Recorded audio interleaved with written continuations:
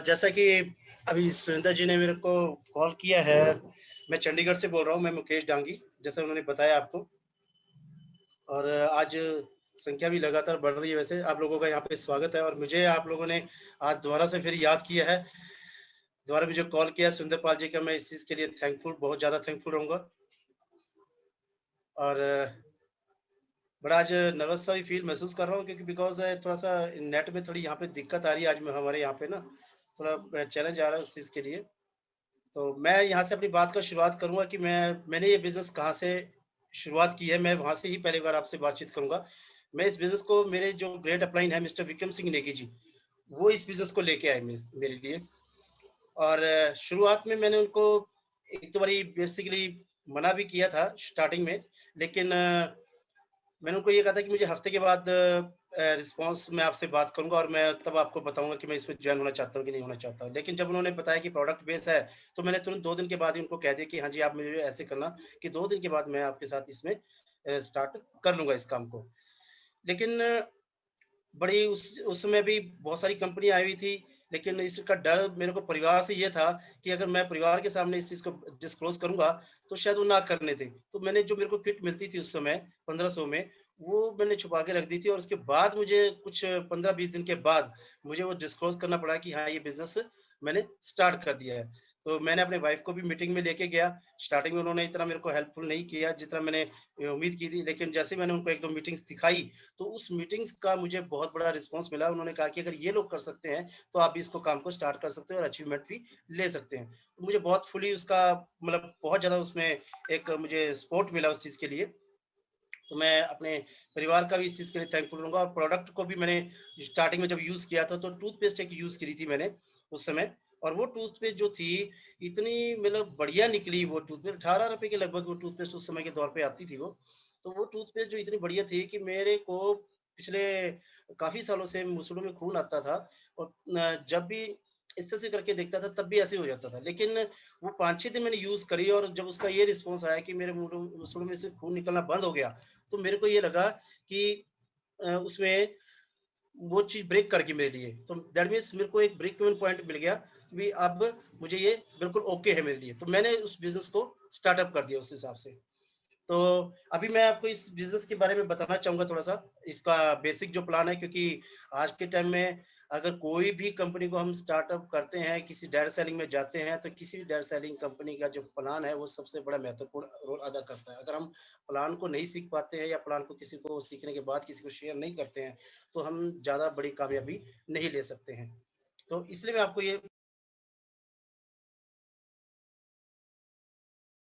तो उसमें तो कहने का भाव यही था कि सर, इसमें नेटवर्किंग से रिलेटेड मैं आपको कुछ बताना चाहूँगा कि नेटवर्किंग डायरेक्ट सेलिंग क्या चीज़ है? इसको एक्सप्लेन करने से पहले मैं थोड़ा-सा इसके बारे में आपको थोड़ा-सा प्लान के बारे में शेयर करने जाऊँगा। सर, स्क्रीन मेरी दिख रही है, इसमें आपको बोर्ड दिख रहा है सर आपको? सर ज़रा प्लीज़ सुंदर जी हाथ खड़ा कर दें, बस इतना ही बहुत होगा। अगर बोर्ड अगर प्रॉपर दिख रहा है तो सर। हाँ जी सर।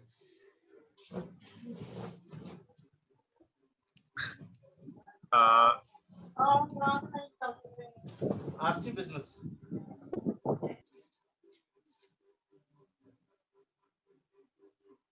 आरसी बिज़नेस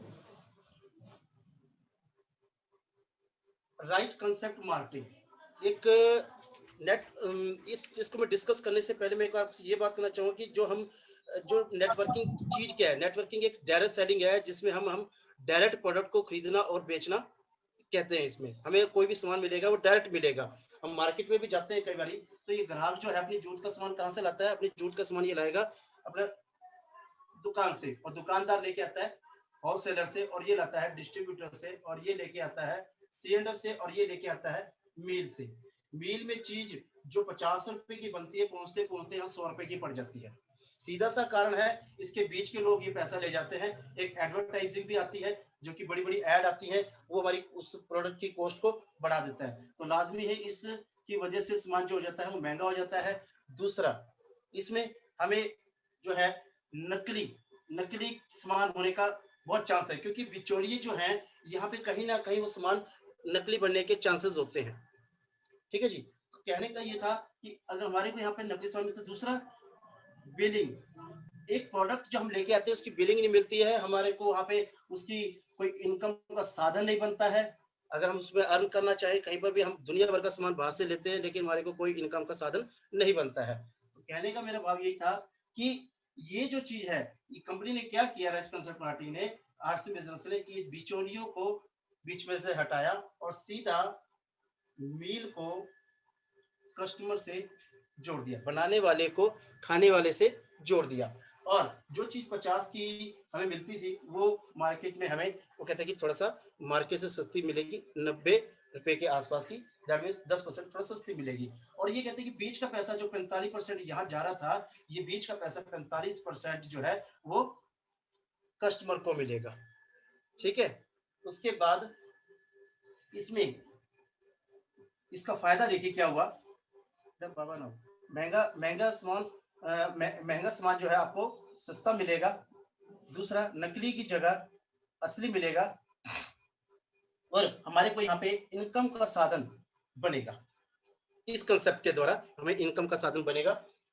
अब बात यह है कि इसमें इस कंपनी के पीछे है कौन, ये बेसिकली आसन जो है एक ट्रेडमार्क है, इसके पीछे जो कंपनी है वो है fashion shootings private limited company, Rajasthan की कंपनी है, भीलवाड़ा से। अगस्त 2000 में इस कंपनी ने डायरेक्ट सेलिंग में कदम रखा।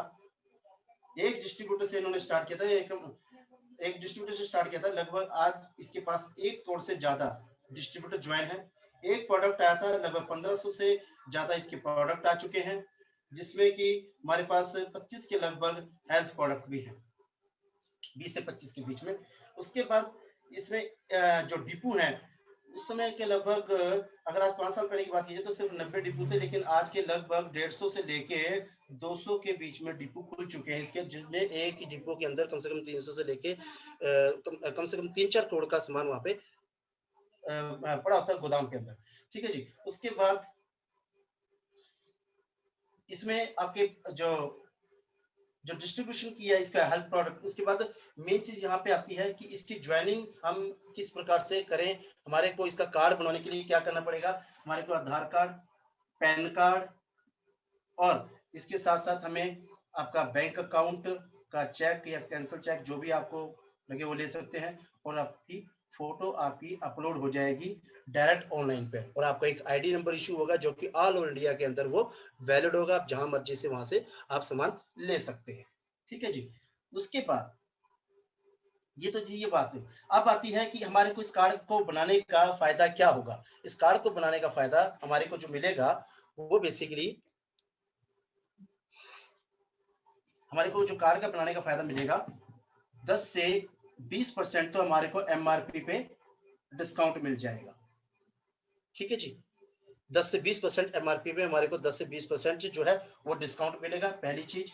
दूसरा, बिजनेस वॉल्यूम का 10 से लेके 32% हमारे अकाउंट में जाएगा जब हम परचेसिंग करेंगे। तीसरा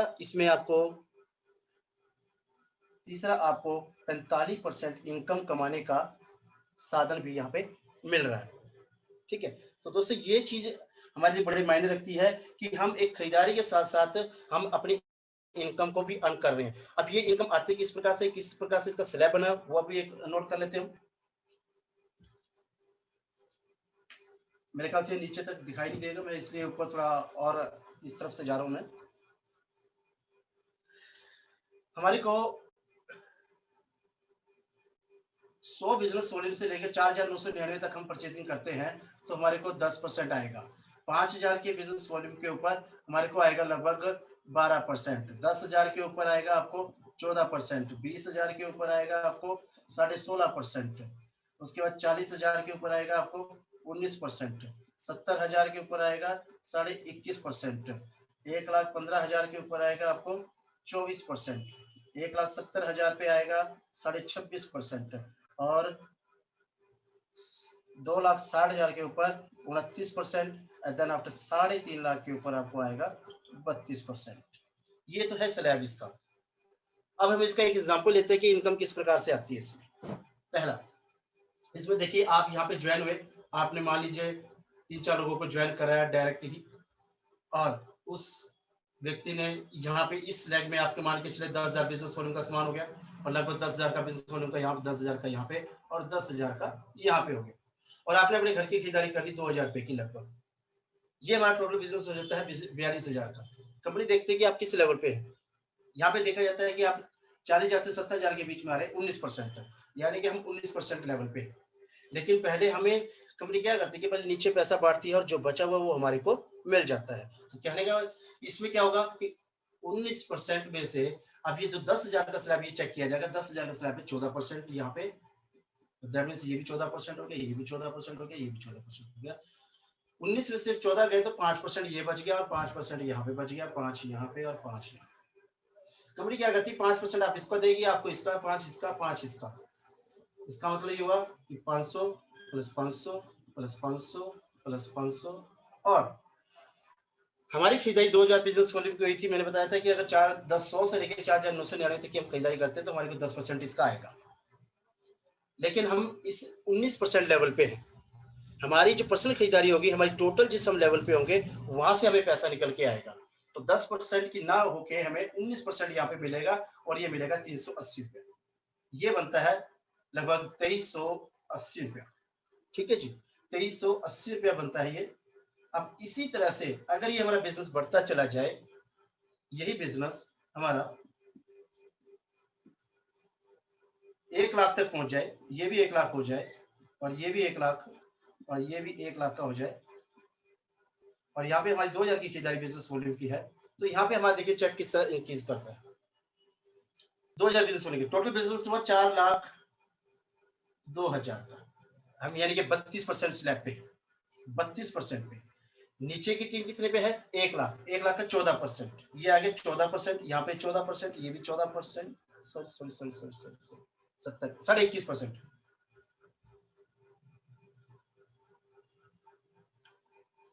21.5%, 21.5% और 21%, 21.5%। 32 में से हम 21.5% लेस करेंगे तो 10.5% बच जाता है। ये भी 10.5% बचेगा, यहाँ भी 10.5% बचेगा, देन आफ्टर यहाँ भी 10.5% बचेगा। 10%, इसका 10% हमें कितना आएगा 10.5% का 10,500, 10,500, 10,500 और 10,500, प्लस में जो हमारी 2,000 की खरीदारी थी उसका अब हमें 10 नहीं आएगा, 19% नहीं आएगा, अब हमें 32% आएगा, और 32% कितना होगा सर इसका लगभग 640 है। ये 640 दैट ये 42,640 रुपया हमारे अकाउंट में चला जाता है। और इसके बाद जिस प्रकार से हमारा ये ग्रुप बढ़ता जाएगा, अगर हमारे यहाँ पे 3.5 लाख का बिजनेस किसी भी लेग में हो जाए और 1.15 का यहाँ पे हो जाए तो हम 3% रॉयल्टी पे आ जाते हैं। तो दैट मीन्स हमारे को रॉयल्टी जो है, इसके बाद हमें रॉयल्टी मिलती है वो 3 से लेके 8% फुल परसेंट रॉयल्टी मिलती है। और उसके बाद आता है आपका टेक्निकल बोनस जो कि 5% है, अलग अलग स्लैब पे मिलेगा। ये जो रॉयल्टी की इनकम है ये आपको 18,000 से लेके लगभग ज्यादा नहीं तो 35,000 पे कम से कम आपको यहाँ पे आएगा। ये इसका टोटली प्लान था। बाकी अपने अपने अकॉर्डिंगली किसी भी तरह से इसको समझाया जा सकता है, कोई एग्जांपल किसी और तरीके से लिया जा सकता है। तो ये इस प्रकार से हमारी इनकम आती है, और बहुत खूबसूरत प्लान है इसका, क्योंकि मार्केट में हम बाहर जाते हैं, मार्केट में बाहर जाने के बाद हमारे को कोई भी ऐसा साधन नहीं मिलता जहां से हमारे को कमाई का एक सामान को खरीदने से हमारे को महज हमारे को सामान खरीदने से पैसा आ जाए। तो मैं यहीं पे मैं डायरेक्ट सेलिंग के बारे में ही थोड़ी सी बातचीत करना चाहूंगा इसी चित्रों को लेके कि डायरेक्ट सेलिंग है क्या। डायरेक्ट सेलिंग हम ये सोचते हैं कि डायरेक्ट कि सिर्फ सामान को खरीदना। व्हाट इज नेटवर्किंग और डायरेक्ट सेलिंग? सर मेरी स्क्रीन आपको दिख रही है sir? Okay sir. What is networking या डायरेक्ट सेलिंग क्या चीज? मैं फर्स्ट टाइम पीपीटी यूज कर रहा हूँ, थोड़ा सा अगर मुझे कोऑपरेट करने की कोशिश करना सर। सर फुल स्क्रीन अगर कर लो तो। हाँ जी सर, ओके है सर। सर यहाँ पर तो डायरेक्ट सेलिंग एक चीज क्या है कि form of the distribution products and services, हमारे प्रोडक्ट्स को, आपके प्रोडक्ट्स को, सर्विसेज को डायरेक्ट कस्टमर तक पहुंचाना। किसी चीज को हम डायरेक्ट अगर कस्टमर तक पहुंचाते हैं, that is the direct selling. क्योंकि ट्रेडिशनल मार्केट में क्या होता है कि traditional market has the sales representative, representative होते हैं, लेकिन वहां पे उनको कोई ऐसा राइट नहीं होता कि किसी को रिक्रूट कर सके, किसी को यहाँ पे रिप्रेजेंट कर सके। मैं आपको बात करता हूँ 1945 में एक कंपनी थी जो कि कैलिफोर्निया से थी, कैलिफोर्नियन विटामिन के नाम पे डायरेक्ट सेलिंग में आई। वो पहले वो ट्रेडिशन में ही कर रही थी, लेकिन उन्होंने ये देखा कि उन्होंने एक तरीका आजमाने की कोशिश करी कि हम डायरेक्ट बेचे तो हमारे को कितना फर्क पड़ेगा। तो जब उन्होंने डायरेक्ट सेलिंग में वो आए, तो क्या हुआ कि उन्होंने अपना एक न्यूट्रीलाइट प्रोडक्ट्स था जो कि उन्होंने उसको सेल आउट किया और डायरेक्ट सेलिंग के थ्रू किया। लेकिन आप ये देखिए, उनको इतना गजब का रिजल्ट मिला वहां पे कि वो कॉन्सेप्ट पूरी दुनिया के अंदर फैल गया और एक नया आविष्कार हुआ उस चीज का, डायरेक्ट सेलिंग का वहां से। तो इस कंपनी ने अपने क्या था कि इससे इन्होंने अपने सेल्स रिप्रेजेंटेटिव थे, इनके पहले भी सेल्स रिप्रेजेंटेटिव थे, लेकिन वो सिर्फ सेल करने पर जो उनका प्रॉफिट आता था वही शेयर करके रह जाते थे। लेकिन उसके बाद इन्होंने ये देखा कि जो उसमें जो इन्होंने एक अथॉरिटी दी उनको, एक राइट दिया उनको कि आप भी आगे सेल्स रिप्रेजेंटेटिव रख सकते हैं, और जो सेल रिप्रेजेंटेटिव आप रखोगे उनसे भी आपको जो मुनाफा आएगा या जो कमीशन आपको मिलेगा वो आप रख सकते हैं। तो एक बहुत बढ़िया कॉन्सेप्ट इन्होंने निकाला। उससे आपको ये फायदा हुआ कि उनको ये रिक्रूटमेंट का एक जो है उनको एक अथॉरिटी दी, जो कि इससे पहले किसी भी कंपनी ने रिक्रूटमेंट की अथॉरिटी नहीं दी थी। क्योंकि जो रिक्रूटमेंट करता है या किसी को रखता है काम पे, सिर्फ कंपनी ही रख सकती है, इसके अलावा कोई और नहीं रख सकता उसको। लेकिन इस कॉन्सेप्ट में उन्होंने यही चीज की, और आज हम जो आरसी बिजनेस कर रहे हैं, हमारी को भी एक अथॉरिटी मिली है कि हम किसी भी तरह से इसमें आप किसी को भी रिक्वेस्ट कर सकते हैं, और रिक्वेस्ट करने के बाद हम जो सेल होगी उसका भी हमें भी कमीशन आएगा, और उनको भी आएगा, उनको भी प्रॉफिट आएगा और हमें भी प्रॉफिट आएगा। तो कहने का भाव ये था कि एक ऐसा कुछ करने पर उनका जो अर्निंग प्रॉफिट था, कमीशन था, वो हमारे को मिला।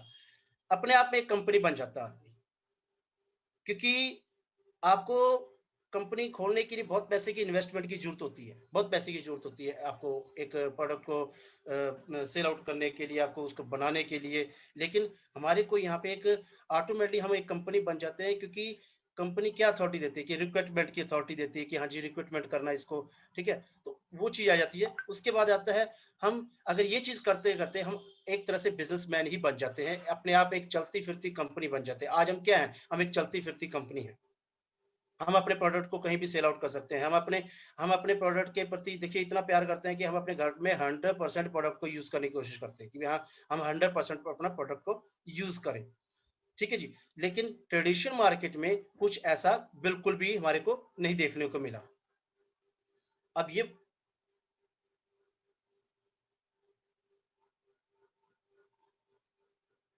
हाँ, power of networking. Power of networking की बात करना चाहूँगा मैं आपको। पावर ऑफ नेटवर्किंग में देखिए 4 मेनली 3 टाइप की अर्निंग मानी जाती है, जो कि जॉब है, बिज़नेस है, प्रोफ़ेशन है। ठीक है? लेकिन जॉब के अंदर हम क्या करते हैं कि जॉब में हम ज़्यादा से ज़्यादा क्या है कि हम उसमें अपना एक जॉब में हम जब जॉब मिल जाती है, तो हम उसमें अपना काम शुरू करते हैं। हम 8 से 10 घंटे काम करते हैं और अर्निंग करते हैं। लेकिन इसी तरह से बिज़नेस में है, बिज़नेस में सेल्समैन भी शॉपकीपर भी आ सकता है, बड़े-बड़े इंडस्ट्रीज़ आ सकती हैं, प्रोफ़ेशन में डॉक्टर, वकील, ये सब चीज़ें आती हैं। लेकिन अगर ये लोग जॉब में, अगर जो आदमी नौकरी नहीं करने जाएगा, तो उसको पैसा नहीं आएगा, अर्निंग नहीं आएगी। बिज़नेस में भी अगर वो अपनी शॉप को नहीं खोलेगा तो उसका बिज़नेस भी नहीं चलेगा। प्रोफ़ेशन में डॉक्टर बेशक कितनी डिग्री ले ले, वकील कितनी भी डिग्री ले ले, लेकिन जब तक कोई केस नहीं लड़ेगा, कोई डॉक्टर किसी को पेशेंट को नहीं देखेगा, तो उसको पैसा नहीं आएगा। बात आती है चौथी इनकम की, डायरेक्ट सेलिंग। काम तो वहाँ भी करना है, लेकिन वहाँ ज़िंदगी भर करना होता है, और डायरेक्ट सेलिंग में हम कुछ 5 से 10 साल हम कुछ टाइम लगाना पड़ता है यहाँ पे, लेकिन हमारे को वो इनकम जो है, वो एक लाइफ़ टाइम इनकम बन जाती है। बड़ा हमारे को इस चीज़ का फ़र्क पड़ता है कि हमारी एक जो आने वाली जो पीढ़ी है, वो एक सिक्योर हो जाती है कि अर्निंग के मामले में कम से कम हमें किसी और की तरफ देखने की ज़रूरत नहीं पड़ती है। क्योंकि ये जो 3 सेगमेंट्स है, गलत नहीं है, ये हर जगह अपना-अपना रोल अदा करते हैं। लेकिन आज के टाइम में हमें इस सेगमेंट्स को जो है ज़्यादा इतना प्रेफ़र ना देके, बल्कि लोग डायरेक्ट सेलिंग में ज़्यादा आ रहे हैं इस चीज़ के लिए। और डायरेक्ट सेलिंग इतना लोगों का लोकप्रिय हो गया कि इतनी इसकी ग्रोथ आ रही है कि पिछले टाइम के अंदर बहुत ज़्यादा इसकी ग्रोथ आई है। ठीक है सर? तो देन आफ्टर उसके बाद मैं आता हूँ मैं प्रोडक्ट के बारे में। प्रोडक्ट के बारे में बात करूँगा मैं, तो देखिए प्रोडक्ट कई बार लोग कहते हैं कि ये आपके जो प्रोडक्ट है वो नेटवर्किंग में या डायरेक्ट सेलिंग में बहुत कॉस्टली होते हैं, बहुत कॉस्टली होते हैं देन ट्रेडिशनल बिज़नेस से ट्रेडिशनल बिज़नेस के कंपैरिज़न में। तो मैं क्यों सामान खरीदूँ आपका नेटवर्किंग से? मैं नेटवर्किंग से क्यों सामान खरीदूँ? मुझे बाहर सस्ता मिल रहा है। आप ये ₹10 की चीज़ को या ₹20 की चीज़ को ₹20 की चीज़ को ₹25-30 में बेचते हैं। पहली बात तो मैं आपको बता दूँ कि ऐसा नहीं है। कोई भी ट्रेडिशन क्योंकि जो ट्रेडिशनल मार्केट में जो हम प्रोडक्ट को खरीदते हैं, उसकी भी मैन्युफैक्चरिंग जो है वो ₹20 में नहीं होती है, उसकी भी बहुत ह्यूज उसमें बहुत बड़ी तादाद में उसकी मैन्युफैक्चरिंग होती है, उसकी कॉस्ट कम आ जाती है, शायद मुश्किल से 2-3 ₹4 की आती है और जाके वो हमारे को वही 20-25 का हमारे को वो भी बेचती है। और वो प्रॉफिट जो है, वो अपने खुद के जो एम्प्लॉइज़ होते हैं या फिर जो कुछ हमारे उनके अपने खुद के जो रिप्रेजेंटेटिव होते हैं, उन तक वो प्रॉफ़िट पहुँचता है सिर्फ़। लेकिन नेटवर्किंग और जो या डायरेक्ट सेलिंग जो है, वो अपना जो प्रॉफ़िट है, जो देखिए बाहर से भी हम सामान परचेज़ कर रहे हैं, नो डाउट। लेकिन क्या हमने आज तक देखा है कि वहाँ पे हमारे को कोई पैसा आया है वहाँ से? बिल्कुल नहीं आया हमारे को। जो अगर अगर 20 से 25 अगर एक साबुन की एग्ज़ाम्पल लिया जाए, अगर वो ₹20 का साबुन है, तो साबुन तो बाहर भी मिल रहा है ₹20 का, नो डाउट। हम यहाँ कह रहे हैं कि ₹25 का। कभी आपने देखा कि वहाँ पे डायरेक्ट सेलिंग जो ट्रेडिशन में जाके हमें ₹20 से ऊपर का भी सामान जो साबुन है, वहाँ 30 का भी मिल सकता है, 40 का भी होता है। अलग-अलग कंपनी का अलग-अलग रेट है। तो हम ये नहीं कह सकते हैं कि नेटवर्किंग में वो जो सामान है, बहुत ही आपका बहुत महँगा मिलता है, ऐसा बिल्कुल भी नहीं है। क्वालिटी की बात करी जाए तो क्वालिटी बाहर की क्वालिटी और यहाँ की क्वालिटी में नेटवर्किंग के अंदर डायरेक्ट सेलिंग हमारे आरसी में तो खास करके हेल्थ को रख के ध्यान में रख के बनाया जाता है। बहुत सारी ऐसी कंपनियां जो हेल्थ के ऊपर बिल्कुल ध्यान नहीं देती, लोगों पर ध्यान नहीं देती है। लेकिन एक आरसी में ऐसा बिजनेस है जिसमें लोगों की प्रॉपर अर्निंग पे ध्यान दिया जाता है, उनके हेल्थ प्रोडक्ट पे ध्यान दिया जाता है। अगर हेल्थ प्रोडक्ट पे हमारे पास फोकस किया जाएगा तो बेसिकली ये है कि वो आदमी उस हर प्रोडक्ट को क्या करेगा, रिकमेंड करेगा उसको। तो प्रोडक्ट्स की बात की जाए तो यही चीज मैं आपको बताना चाह रहा था कि हाई उनका भी हाई मार्जिन होता है प्रॉफिट के अंदर, लेकिन यहाँ पे जो मार्जिन है वो हमारे क्योंकि देखो पैसा कहाँ से आ रहा है, पैसा तो बाहर भी दे रहे हैं हम। जिन प्रोडक्ट्स को हम खरीद रहे हैं वो कहते हैं कि आपका जो पैसा है ना जी, वो आपका जो पैसा है वो हमारे को ही बाँट देते हो, जो आप ₹20 का अगर सामान बिका या लाखों का जो सामान बिका है, वो हमारा पैसा हमें ही बाँट देते हैं। ऐसा नहीं है। हमारा सामान हमें ही जो बाँट दिया जाता है, हमारा ही जो पैसा बाँट दिया जाता है, बाहर आप ये देखिए बाहर जब हम सामान खरीद रहे हैं, तो क्या वो हम उसको पे नहीं कर रहे हैं क्या? लेकिन वो पे करते-करते वो सामान का जो पैसा है, वो लोगों में बाहर के अपने एम्प्लॉइज़ वगैरह में उसमें बढ़ रहा है। कंपनी कहती है कि हमारे आप रिप्रेजेंटेटिव सेल रिप्रेजेंटेटिव हमारे डिस्ट्रीब्यूटर है, जो ये प्रॉफ़िट आ रहा है, हम चाहते हैं कि ये सारा आप लोगों में ही बँट जाए। ठीक है सर? तो अब बात आती है कि आपकी कुछ डायरेक्ट सेलिंग में हम कई बार किसी बंदे को जॉइन कराने जाते हैं या किसी के साथ बातचीत करने जाते हैं कि हम ये देखते हैं कि हाँ जी, हम इसमें अ, किसी के पास भी चले जाएँ तो कुछ 4 ऐसी गलतियाँ हम निकाल बैठते हैं अपने आप में, हम कर बैठते हैं ऐसी गलतियाँ कि कई बार हम ये कहते हैं कि हाँ, भई तू आजा, कोई बात नहीं है, एक मतलब जॉइन हो जा, फिर एक दिन तू बैठे-बैठे पैसा कमाएगा, आपको काम नहीं करना पड़ेगा। भई तू जॉइन हो जा, बस तेरे को पैसा आ जाएगा। देखिए, कभी भी बिना काम करे, कभी भी किसी सिस्टम में पैसा नहीं आ सकता है। ये हम बहुत बड़ी गलती करते हैं कि किसी को हम ये कह दें कि हाँ जी, आपको ये पैसा इसमें जो है बैठे-बैठाए आपको आएगा, काम तो करना ही पड़ेगा। काम के बगैर हमारे को कभी कुछ हमारे को उस चीज़ का रिज़ल्ट नहीं मिल सकता है। ठीक है जी? तो इसका मतलब ये हुआ देखिए, अब जो अगर हम ये कहते हैं कि बैठे-बैठाए आएगा, तो जो विराट कोहली है या कोई शाहरुख है, अपनी फ़िल्मों को कहेगा 2-3 साल मैं काम कर लेता हूँ, कोई बात नहीं, उसके बाद मुझे बैठे-बैठाए पैसा आएगा। नहीं जी, ऐसा नहीं हो सकता है। क्योंकि अगर आप ये देखिए कि अगर ये चीज़ अगर वत्स साहब की बात देखें, अगर वत्स साहब ये सोचते हैं कि मैं 10 साल काम कर लूँगा और मैं 20 साल काम कर लूँगा, उसके बाद बैठे-बैठे खाऊँगा, नहीं। आज वो हमारे लिए उससे ज़्यादा बल्कि हमारे लिए अर्निंग के लिए काम कर रहे हैं। उससे ज़्यादा वो काम कर रहे हैं लोगों के लिए। तो कहने का भाव ये था कि हमें बैठे-बैठाए किसी की हम ये किसी को गलत वो ना डालें कि हाँ जी, आप बस जॉइन हो जाइए और आपको बैठे-बैठाए पैसा आएगा, ठीक है? क्योंकि टीम भी हम इसलिए बनाई जाती है ताकि आपको काम ना करना पड़े।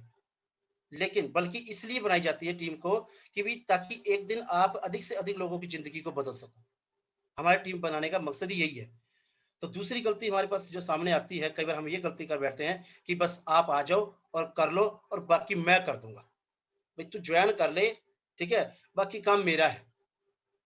ये कभी ना कहें हम किसी को कि हाँ जी, बाकी मैं अपने आप करूँगा। बहुत होता है कई बार हम नए पर्सन के पास जाते हैं और नया ही व्यक्ति जो जॉइन हुआ होता है, या तो कोई कोई गल नहीं तू यार कर ले कोई बात नहीं है। मैं तेरे नाल हैगा कोई दिक्कत मैं यूँ आपे ही कर लूँगा। तेरे प्लान भी खुद ही कर दूँगा, सब कुछ कर दूँगा। ऐसा नहीं होता सर। हाँ, हम ये ज़रूर कह सकते हैं उसको क्योंकि उसको काम उसको हमें हमें ये बताना चाहिए कि भई देख उसको काम करने के लिए कहना पड़ेगा हमें। उसे कहना पड़ेगा कि आपके साथ मैं हूँ, आपके साथ मेरी टीम है। जो मेरे साथ जो इतनी बड़ी टीम जुड़ी है, वो टीम आपके साथ है। ठीक है? हम ये कह सकते हैं कि मैं आपके साथ मैं जहाँ-जहाँ आप जाओगे मैं आपके साथ काम करूँगा। लेकिन अगर ये कह दें कि बस आप आ जाओ और जॉइन कर लो, बाकी मैं कर दूँगा, ये इसका मतलब हम उसको बहका रहे हैं। कल को ये हमारे को यही कहेगा कि भाई तूने कहा था जॉइन कर लो और मेरे को तो कुछ पैसा आया नहीं। तो बढ़िया है कि उसको एक सिस्टम के साथ जोड़ा जाए। उसके बाद आती है जी म पढ़ाई-लिखाई से कुछ नहीं होता। तीसरा पॉइंट हम कई बार कह देते हैं कि यार यार छोड़ो यार, कोई पढ़ा-लिखा बंदा होता है, कई बार ऐसे लोग कह भी देते हैं कि यार छोड़ो पढ़ाई-लिखाई से कुछ नहीं होता है। इससे नेगेटिविटी फैलती है बेसिकली आपको बताऊँ। क्योंकि पढ़ाई अपने आप पे बहुत बड़ा मायना रखती है। एजुकेशन हमारे को नॉलेज होना बहुत ज़रूरी है। कई बार हम अगर हमारे पास अगर एजुकेशन होगी, हम किसी मीटिंग में जाएँगे, हम किसी उसमें ट्रेनिंग लेंगे, उस एजुकेशन की ट्रेनिंग लेंगे, तो हम उससे और भी बढ़िया काम कर सकते हैं, हम और अच्छी टीम बना सकते हैं और अच्छे तरीके से हम काम कर सकते हैं उसमें। तो एजुकेशन का होना गलत नहीं है, एजुकेशन हमारे को समाज में बैठने का एक ज़रिया है। हम समाज में बैठ सकते हैं उस चीज़ के लिए। तो अगर हम ये कहें कि नहीं, पढ़ाई-लिखाई से कुछ नहीं होता, पढ़ाई-लिखाई से बहुत कुछ है। हाँ, ठीक है, किसी के पास बिज़नेस इत्तेफ़ाक से ऐसे व्यक्ति के पास भी चला जाता है जो अनपढ़ व्यक्ति है। बात ये है वो भी सीखता ही है। लेकिन मैं उस व्यक्ति की बात कर रहा हूँ, कई बार हम किसी के घर पे जाके हम उसको ये हर्ट कर देते हैं कि तू पढ़ाई-लिखाई कर रहा है, कुछ नहीं होना पढ़ाई-लिखाई तो। भाई साहब पढ़ाई-लिखाई से बहुत कुछ होना है। कोई भी व्यक्ति हो चाहे, क्योंकि वो हमारे बिज़नेस में भी काम देगा, हमारे को समाज में बैठने से भी फ़ायदा मिलेगा। उसके बाद आता है कई बार हम स्टेज पे जाके भी बोल देते हैं, कई बार या किसी व्यक्ति के पास जाते हैं और कह देते हैं कि हाँ जी, नौकरी तो एक बेकार और बकवास चीज़ होती है। नौकरी से कुछ नहीं होता है। गलत है जी। नौकरी अपनी जगह पे है, क्योंकि अगर अगर हम एक बैंक के ऊपर नज़र डालें, तो जो हमारी कंपनी का जो बैंक है, जहाँ पे पैसा जाता है और वहाँ से पैसा घूम के हमारे पास आता है, हमारी कमीशन हमारे प्रॉफ़िट के रूप में आता है, तो सर आपको मैं बता दूँ कि वो भी लोग एम्प्लॉयी है वहाँ पे। अगर वो ना होंगे, तो हमारे को सर्विस मिलना बहुत मुश्किल हो जाएगी। क्योंकि कोई भी चीज़ ले लीजिए, नेटवर्क हमारी हमारी नेटवर्किंग हमारी कंपनी में देख लीजिए, हमारे बिज़नेस में देख लीजिए, आर्ट्स बिज़नेस में, वहाँ पे कितने सारे एम्प्लॉयी हैं। अगर वो एम्प्लॉयी ना हो, तो हमारे को सर्विसेज़ मिल ही नहीं पाएगी। तो हम किसी को ये जाके कह दें या स्टेज पे जाके कह दें कि भाई मैं तो नौकरी तो बेकार है, नौकरी से कुछ नहीं बनता है, ऐसा कुछ नहीं, हमें किसी को हर्ट नहीं करना उस चीज़ के लिए। नौकरी एक अपनी जगह पर राइट है। देखिए जी, कोई भी मोबाइल आज हम मोबाइल यूज़ कर रहे हैं, हम ज़ूम मीटिंग यूज़ कर रहे हैं, ये कहीं न कहीं ये भी एम्प्लॉयी ही सर्विस प्रोवाइड कर रहा है हमारे को, ठीक है? यूट्यूब, फेसबुक, कोई अदर चैनल्स हैं, ये सब इसमें कर्मचारी हैं, वो कर्मचारियों से हमारे को क्या मिल रही है हमारे को आपको एक सर्विसेज़ मिल रही है उससे। हम जो कपड़े पहने हुए हैं, अगर ये कपड़ा अगर नहीं बनाएगा कोई फैक्ट्री से नहीं बनेगा, कोई कर्मचारी नहीं बनाएगा, कोई तो उसमें क्या होगा? वो जो चीज़ आएगी हमारे सामने निकल के, हम उस कपड़े के बगैर हम रह ही नहीं सकते हैं। क्योंकि कपड़ा हमारे को बनेगा ही नहीं तो हम कहाँ से करेंगे? तो इसका मतलब ये हुआ कि कर्मचारी यानी कि नौकरी का होना भी बहुत ज़रूरी है। लेकिन हम ये ज़रूर कहा जा सकता है कि उस व्यक्ति को कि भाई साहब आप नौकरी कर रहे हो, बहुत बढ़िया बात है। 8 से 10 घंटे आप लगा रहे हो और कहीं न कहीं 24 घंटे में से आपके पास 1 या 2 या 3 घंटा ऐसा ज़रूर खाली निकलता है या ऐसा ज़रूर समय आपका बर्बाद होता है कि जो वो समय है आप इस नेटवर्किंग, इस डायरेक्ट सेलिंग में, इस आरसीएम बिज़नेस में मेरे साथ लगा सकते हो। तो वो बंदा बहुत खुश होगा, वो कहेगा कि यार 20-25 हज़ार रुपए, 50,000 रुपए की मैं तनख्वाह ऑलरेडी ले रहा हूँ, तो मैं इसको पार्ट टाइम अगर 2-3 घंटे काम करूँगा, तो मुझे बहुत ज़्यादा बेनिफिट इससे निकल के आ सकता है। तो हमें नौकरी को किसी को नहीं करना चाहिए अवॉइड। ठीक है सर? अब बात आती है अब नौकरी से रिलेटेड ही बात आएँगी वैसे, क्रिएटिव योर ओन बिज़नेस। हम जो बिज़नेस हमें अपना बिज़नेस जो है खुद क्रिएट करना चाहिए, हमें बिज़नेसमैन मेरा कहने का होता है कि बिज़नेसमैन बनना चाहिए जहाँ पर पॉसिबिलिटी हो। अब पंजाब में ज़्यादातर देखिए कि पंजाब में ज़्यादातर लोग जो है अपने बिज़नेस को क्रिएट करने की कोशिश करते हैं और आज जो हम जिस काम में हैं, वो हमारा अपना ही बिज़नेस है। हमें यहाँ पे इन्वेस्टमेंट करने की ज़रूरत नहीं है, क्योंकि जो हमारे को स्टडी में सिखाया जाता है, हमारे को हम जो स्कूली पढ़ाई में करते हैं, वही हम बनते हैं।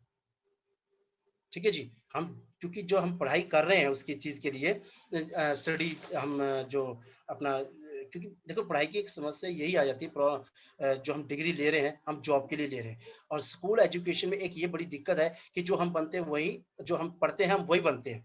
जैसे फॉर एग्ज़ाम्पल अगर देखा जाए कि एक कुकिंग की पढ़ाई करते हैं तो हम शेफ़ बन जाते हैं। कानून की अगर लॉ की हम पढ़ाई कर रहे हैं तो लॉयर बन जाते हैं, डॉक्टर की पढ़ाई करते हैं, डॉक्टर बन जाते हैं, ऑटोमोबाइल्स की करते हैं, मैकेनिक बन जाते हैं। तो ये हमारे क्या है कि हम एक तरह से हम दूसरे व्यक्ति के लिए काम कर रहे हैं जब हम नौकरी करते हैं तो।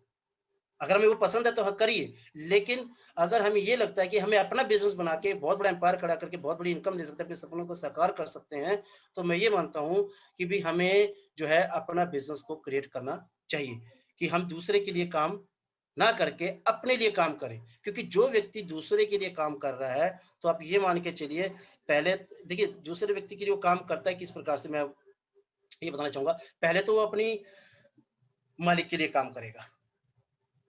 जब वो थोड़ा ग्रो कर जाएगा, टैक्स के दायरे में आ जाएगा, तो फिर सरकार के लिए काम करेगा क्योंकि टैक्स देगा फिर वो उसको। ठीक है जी। अब वो टैक्स के लिए दायरे में आएगा, तो एक टाइम ऐसा भी आता है कि हमारे पास इनकम बढ़ती है, हमारे कुछ खर्चे बढ़ते हैं, हमारे कुछ सपने बढ़ जाते हैं। हम लोन पे लेके कई चीज़ें लेते हैं और हम किसके लिए आखिर में किसके लिए कमा रहे होते हैं फिर? आखिरकार हम बैंक के लिए कमाते हैं।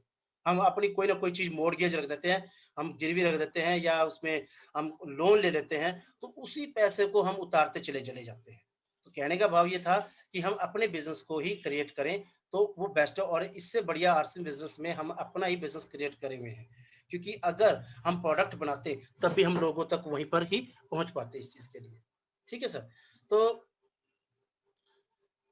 अब बात आती है कि अगर हम बिज़नेस करने चले, तो रिस्क तो लेना पड़ेगा, कोई ना कोई चीज़ का। Risk must be taken. अब रिस्क यहाँ पे इतना बड़ा रिस्क नहीं है कि लाखों, 2 लाख, 4 लाख या 5 लाख हमें लगाना है। इतना रिस्क लगना वो रिस्क चाहे वो मनी का हो सकता है, चाहे वो टाइम का हो सकता है। अब हो सकता है कि कोई ऐसा टाइम कीमती अपने आप को कीमती समय मान के चल रहे हैं कि ये मेरे लिए कीमती समय है कि मेरे लिए एक कीमती समय है और ये समय जो है मैं कहीं नहीं लगाऊंगा सिर्फ इसी काम में लगाऊंगा जबकि वो हो सकता है कि वो पार्क में घूम रहा है अपने दोस्तों के साथ बैठा हुआ है उसको कीमती माने लेकिन वो समय हम बर्बाद कर रहे हैं तो अगर वो उस समय का रिस्क लिया जाए दोस्ती को छोड़ के हेलो हाय रखे दोस्ती को छोड़ के अगर हम ऐसे एक डायरेक्ट सेलिंग कॉन्सेप्ट में हम ऐसा रिस्क ले लें कि चलो यार टाइम का ही तो रिस्क है पैसा तो 1000-2000 रुपए लगना है वो भी अपने घर का प्रोडक्ट लेके आना है तो क्या होगा तो हम उसमें एक अपना बिजनेस को क्रिएट कर सकते हैं फियर ऑफ रिस्क रिस्क का कई बार डर भी होता है हमारे कि मैं कहीं असफल ना हो जाऊं ठीक है जो थोड़ा पैसा लगा चाहे ज्यादा पैसा लगा कई बार टाइम का भी दिक्कत रहती है या 2-4 साल लगा दिए पता नहीं इसमें कोई अचीवमेंट नहीं आई है या कुछ और है तो लेकिन कहीं न कहीं हम अपनी लाइफ के अंदर वहाँ से कुछ ना कुछ हम सीखते ज़रूर हैं, ठीक है? तो हमने अपने गोल को पूरा करने के लिए हमें जो है रिस्क लेना बहुत ज़रूरी है। कोई भी व्यक्ति बिना रिस्क के कामयाब नहीं हुआ है। कई बंदे कहते हैं कि यार मैंने तो आज तक कभी कोई लॉस ही नहीं होया। भाई तुम्हें लॉस कब होगा जब तुमने रिस्क ही नहीं लिया। अभी धीरूभाई अंबानी को ले लो, टाटा बिरला को, किसी को भी आप ले लो, बड़े से बड़े व्यक्ति को ले लो, उन्होंने भी अपनी लाइफ में कहीं न कहीं लॉस खाया है। मैं ये नहीं कहता कि लॉस खाइए, लेकिन खाया है उन्होंने क्योंकि उन्होंने रिस्क लिया था, इसलिए लॉस खाया और आज वो बड़े-बड़े एम्पायर बन चुके हैं, बड़े-बड़े वो बिज़नेसमैन बन चुके हैं। तो रिस्क उठाना ज़रूरी है। देखिए, मैं इस यहाँ पे एक इसमें एक कहानी शेयर करूँगा, एक गरीब व्यक्ति की। एक गरीब लड़का था, उसके बारे में एक कहानी है।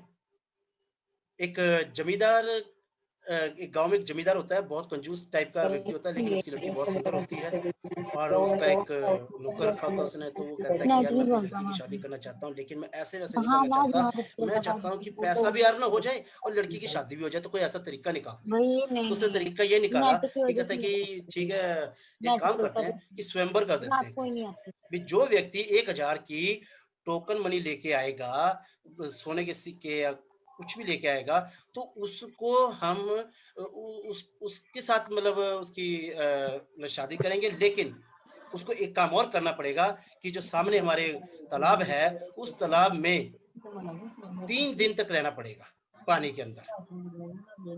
और वो अगर 3 दिन गुज़ार देता है, तो वो मेरी लड़की से शादी करेगा, और नहीं कर पाया अगर इस कंडीशन को क्लियर, तो वो जो 1000 जो उसकी अशर्फ़ियाँ हैं, वो रख ली जाएँगी। तो बहुत सारे लोग आए, एक आया, दूसरा आया, वो नहीं कर पाए, वो बेचारे अपनी अशर्फ़ियाँ इकट्ठी होती चली गई। लास्ट में एक लड़के ने रिस्क लिया। देखिए, उन्होंने भी रिस्क लिया। अब उसने एक लड़के उसकी भी बड़ी तमन्ना थी कि यार मैं गरीब बेशक हूँ, लेकिन अगर ये मैं स्वयंवर का कर जाऊँ क्लियर, तो भई मैं तो बैठे-बिठाए एक तो शादी बढ़िया घर में हो जाएगी और ज़मींदार के घर में हो जाएगी तो बहुत बढ़िया है। उसके पास 10 एकड़ ज़मीन थी। उसने उस अशरफियों के बराबर उसने कहा कि ये मेरी ज़मीन है मेरे पास, और कुछ तो नहीं है, अशरफियाँ नहीं है मेरे पास, लेकिन मैं अपनी ये दाँव पे लगा सकता हूँ। तो ज़मींदार ने बोला ठीक है, कोई बात नहीं है, लेकिन अगर तुमने कंडीशन नहीं क्लियर की तो ये ज़मीन जो है मेरी हो जाएगी और तुम इस गाँव से बाहर निकल जाओगे। वो कहता है जी चलो कोई बात नहीं, ठीक है जी। अब उसने क्या किया, वो लड़का जो है उस तालाब के अंदर जाता है, खड़ा होता है, 1 दिन निकल गया और वहाँ पे पहरेदारी लगा रखी थी 2 लोगों की, तो वो पहरेदार देखे और वो आए दोबारा मुड़ के, एक उसमें से कहता है जी उसने तो 1 दिन तो निकाल दिया। अब 2 दिन रह गए हैं, दूसरा दिन भी निकाल दिया। वो कहता है कि यार एक काम करो, ज़मींदार ने बोला कि रात को उसकी चौकीदारी भी करो कि इस तरीके से कि वो ये देखो कि वो इस तरह से वो पानी के अंदर इतनी देर तक खड़ा है। तो उसने लालटेन वो लेके गए, लालटेन से देखा तो करते-कराते उसने तीसरा दिन भी कवर कर लिया और वो आ गया। कहता है जी मैं पास हो गया, अपनी लड़की मुझे सौंप मुझे।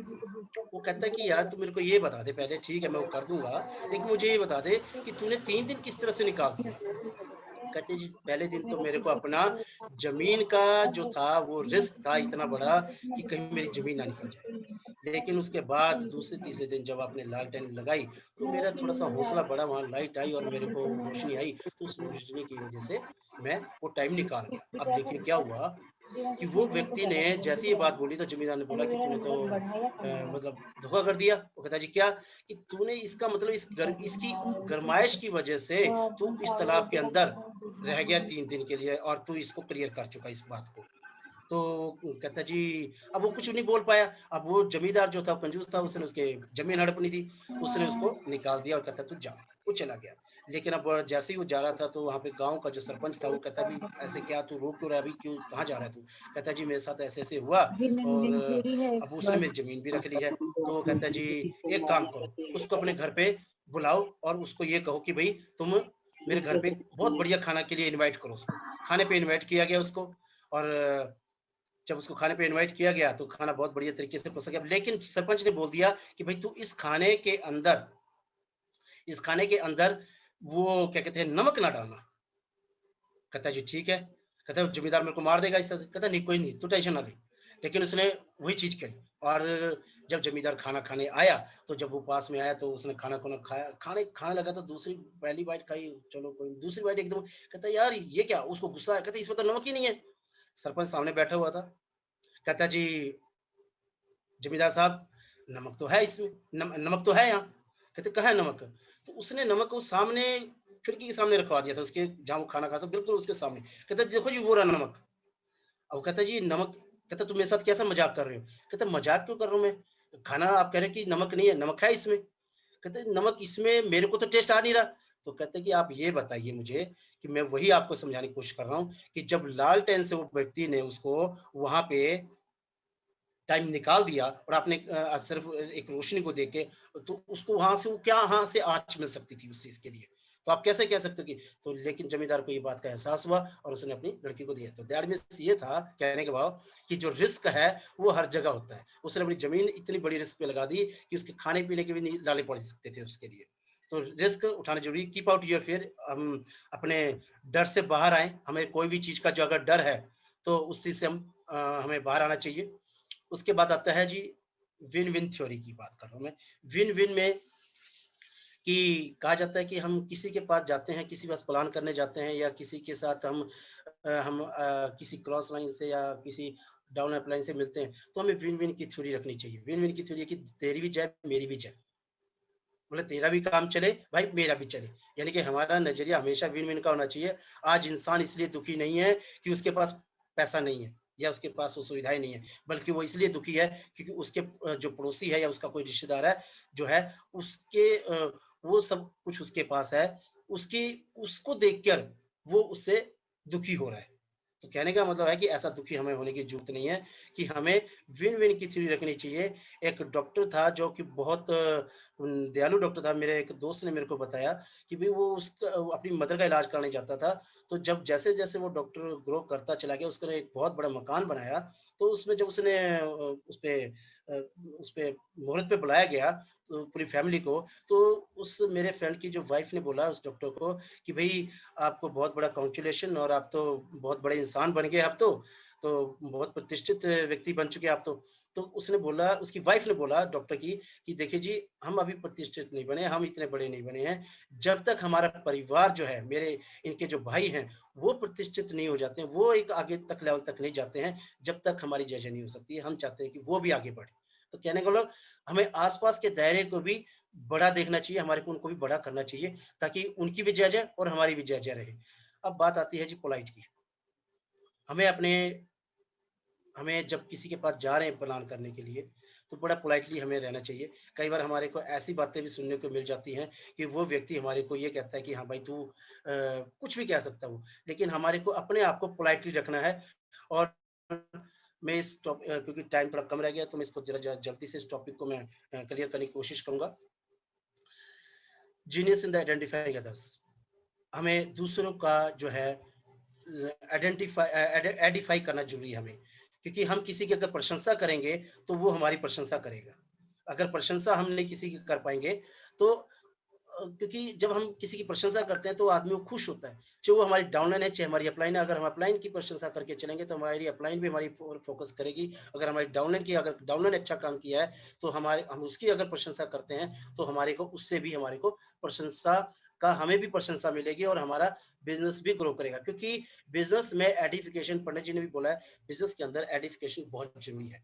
हमारी नॉर्मल लाइफ़ के अंदर भी एडिफिकेशन ज़रूरी है। कई बार आपने देखा होगा, मैं इसमें कि किस प्रकार से हम अपने एक एडिफिकेशन को किस प्रकार से हम वो कर सकते हैं अपना एक एडिफिकेशन को या ये कह लीजिए या किसी को प्रेज़ को या कॉम्प्लीमेंट्स को हम कैसे उसको कर सकते हैं। उसको ग्रेसफुल किस तरह से कर सकते हैं। तो how to respond the praise and compliments.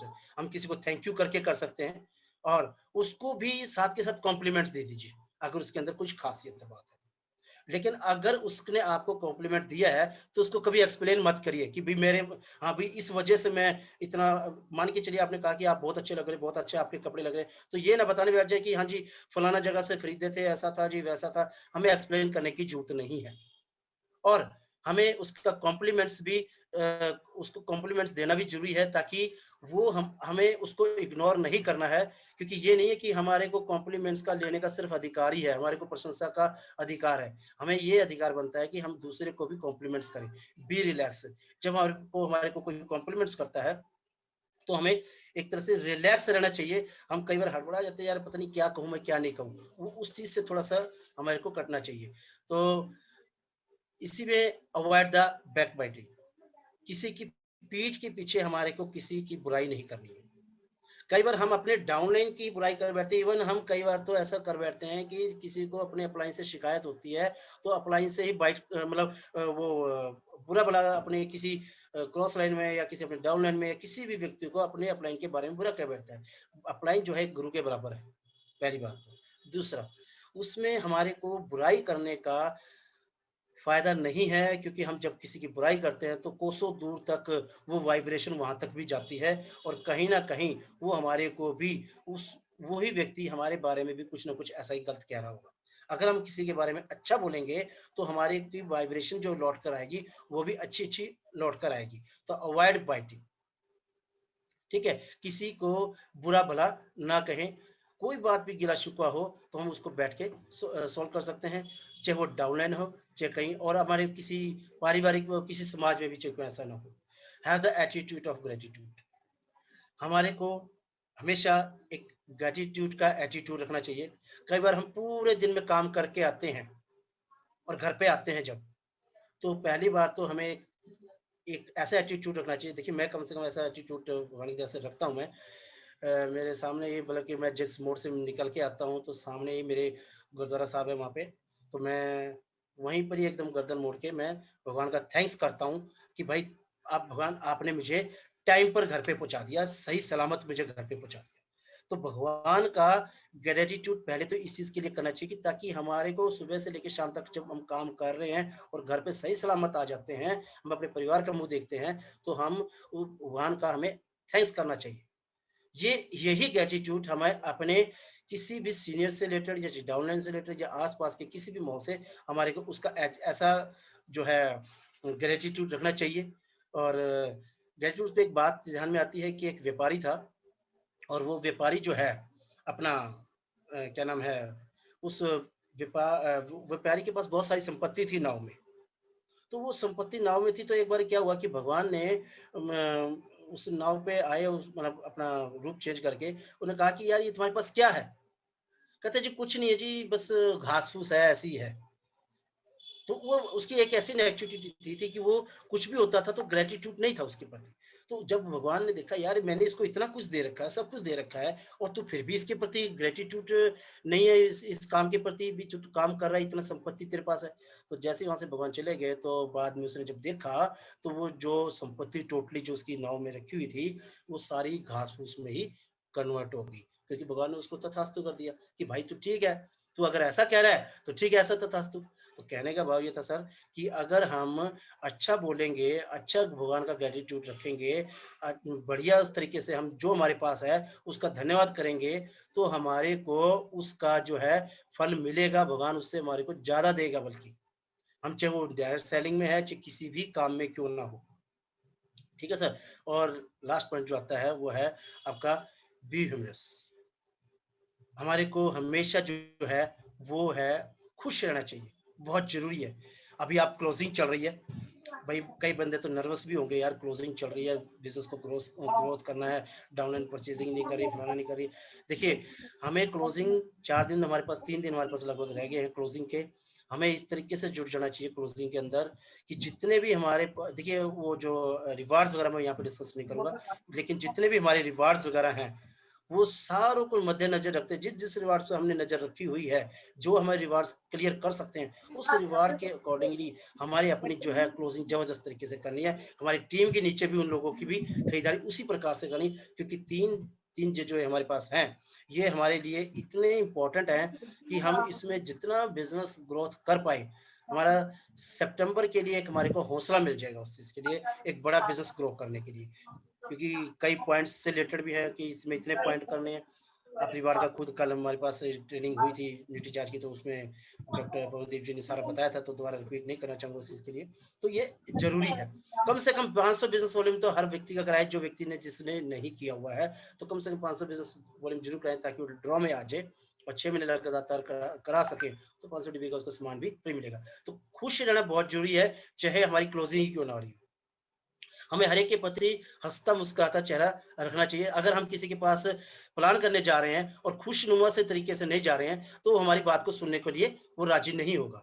तो इसलिए हमें क्या करना है कि हमें उस चीज़ को खुशी के दायरे को बढ़ाकर अपने को रखना चाहिए। तो मैं लास्ट में एक कविता से इसका अंत करना चाहूँगा थोड़ा-सा अगर भावनाएँ हैं तो फिर संभावनाएँ हैं, अगर भावनाएँ हैं तो संभावनाएँ हैं, कदमों ने चलकर ही रास्ते बनाए हैं। सोचा यहाँ क्या सोचो यहाँ क्या कुछ पहले रहा होगा। सपनों ने ली करवट, अंधेरे जगमगाए हैं। सोचो ज़रा क्या कुछ मुमकिन है और भी, कुछ तो छोड़ जाएँगे हाँ, हम जो आए। हवा खुशबू फैलाए हवा खुशबू फैलाए, मेघ बरसाता है जीवन, बिना हक माँगे अपने फर्ज सबने निभाए हैं। सूरज ने एक बिखेरी रोशनी और चंदा ने चाँदनी, बाँटे उजाले जितने जिसके हिस्से में आए। तो सर इन्हीं शब्दों के साथ मैं लास्ट में इसमें विराम दूँगा और लास्ट में यही थैंक यू रहेगा आपके लिए और मैं दोबारा से इस चीज़ के लिए धन्यवाद दूँगा सुरेंद्र जी को कि मेरे को दोबारा से याद किया गया लेकिन ये पीपीटी में पहली बार शेयरिंग करी है तो हो सकता है कि उस अंदाज़ से बातचीत ना रही हो लेकिन एक नेक्स्ट टाइम बहुत बढ़िया तरीके से रहेगा, मैं कोशिश यही रखूँगा। लेकिन विनय को आप लोगों ने एप्रिशिएट इस चीज़ के लिए बहुत एप्रिशिएट किया कि यहाँ इतने लोग बैठे हुए हैं, तो उसकी लगभग संख्या उतनी ही है। तो शायद मेरी बात पे आप लोगों ने ध्यान से सुना होगा और मैं इसी मीटिंग के साथ आपका धन्यवाद करूँगा। धन्यवाद सभी को और सुरेंद्र जी को स्पेशल। धन्यवाद सर। थैंक यू नेकी। डांगी जी बहुत ही बढ़िया सर आपका सेशन रहा। और जो आपका ये पहला प्रयास था स्क्रीन शेयरिंग का, बहुत ही जबरदस्त सर रहा। और हर कोई सीखता है और आपने भी ये चीज़ सीखी है और बहुत अच्छा लगा मुझे। और मैं ये कहना चाहूँगा सर कि आज जिस मकसद के लिए आपको चुना गया था, आपने उससे भी ऊपर काम करके दिखा दिया और हमें ये बता दिया कि ईगो क्या होती है और कैसे हम जाने-अनजाने किसी को ठेस पहुँचाते हैं, तो उन वर्ड्स का हमने यूज़ नहीं करना है। बहुत बढ़िया आपने स्टोरी के माध्यम से हर जानकारी दी और सभी साथी एक बार जोरदार तालियों के साथ डांगी जी का थैंक्स करते हैं। Thank you. आप सभी का